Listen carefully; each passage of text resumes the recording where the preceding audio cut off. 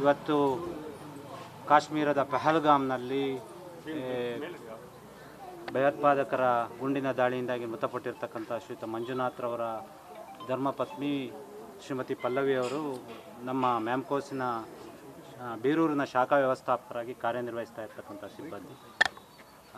ಸುಮಾರು 3:45 ಸಮಯದಲ್ಲಿ ನಮಗೆ ಬಡಸಿಡಿನಂತೆ ಈ ಸುದ್ದಿ ಕೇಳಿದಾಗ ನಮಗೆ ಯಾರಿಗೂ ನಂಬಲಿಕ್ಕಾಗಲಿಲ್ಲ. ಆದರೆ ಪಲ್ಲವಿಯವ್ರ ಜೊತೆ ಮಾತಾಡಿ ಅದನ್ನು ಕನ್ಫರ್ಮ್ ಮಾಡ್ಕೊಂಡ ನಂತರ ಪಾಪ ದುಃಖದಲ್ಲಿ ಅವರಿಗೆ ಏನು ಮಾಡಬೇಕು, ನಮ್ಮ ಕಡೆಯಿಂದ ಏನಾಗಬೇಕು ಅಂತ ಕೇಳಿದಾಗ ನಾನು ನನ್ನ ಗಂಡನ ಶವ ಶಿವಮೊಗ್ಗಕ್ಕೆ ಬರ್ದೇನೆ ನಾನು ಬರಲಿಕ್ಕಾಗೋದಿಲ್ಲ, ಹಾಗಾಗಿ ನನ್ನ ಗಂಡನ ಶವವನ್ನು ಶಿವಮೊಗ್ಗಕ್ಕೆ ತರಲಿಕ್ಕೆ ಅಗತ್ಯ ವ್ಯವಸ್ಥೆಗಳಾಗಬೇಕು ಅಂತಕ್ಕಂಥ ಮಾತನ್ನು ಹೇಳಿದ್ರು. ನಂತರದಲ್ಲಿ ನಾನು ಶಿವಮೊಗ್ಗ ಜಿಲ್ಲಾಧಿಕಾರಿಗಳವರಿಗೆ ಇಮಿಡಿಯೇಟ್ ದೂರವಾಣಿ ಮೂಲಕ ಮಾತನಾಡಿದೆ. ಅವರು ಜಿಲ್ಲಾ ವರಿಷ್ಠಾಧಿಕಾರಿಗಳ ಜೊತೆನೂ ಪೊಲೀಸ್ ವರಿಷ್ಠಾಧಿಕಾರಿಗಳ ಜೊತೆನೂ ಮಾತಾಡಿ ನಂತರದಲ್ಲಿ ಮಾನ್ಯ ಉಪಾಧ್ಯಕ್ಷರುಗಳು ಕೂಡ MP ಅವ್ರ ಜೊತೆ ಮಾತಾಡಿ ಅಲ್ಲಿಂದ ಅವರ ಮೃತದೇಹವನ್ನು ತರಲಿಕ್ಕೆ ಬೇಕಾದಂಥ ವ್ಯವಸ್ಥೆಗಳನ್ನು ಕೂಡ ನಮ್ಮ ಕಡೆಯಿಂದ ಮಾಡ್ತಾ ಇದ್ದೀವಿ.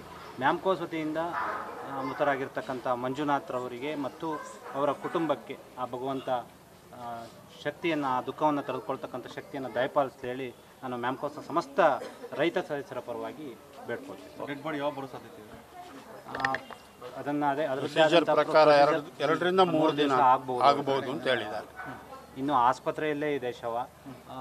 ಮೋಸ್ಟ್ಲಿ ಪೋಸ್ಟ್ ಮಾರ್ಟಮ್ ವಗೈರೆಗಳಾಗಿ ಅದರದ್ದೇ ಆದಂಥ ಪ್ರೊಸೀಜರ್ಸ್ಗಳನ್ನ ನಂತರ 2 ರಿಂದ 3 ದಿವಸ ಆಗ್ಬೋದು ಅಂತಕ್ಕಂಥದ್ದು. ನ್ಯೂಸ್ ಫಸ್ಟ್ ನಿರ್ಭೀತಿಯಿಂದ ನಿಮ್ಮ ಪರವಾಗಿ.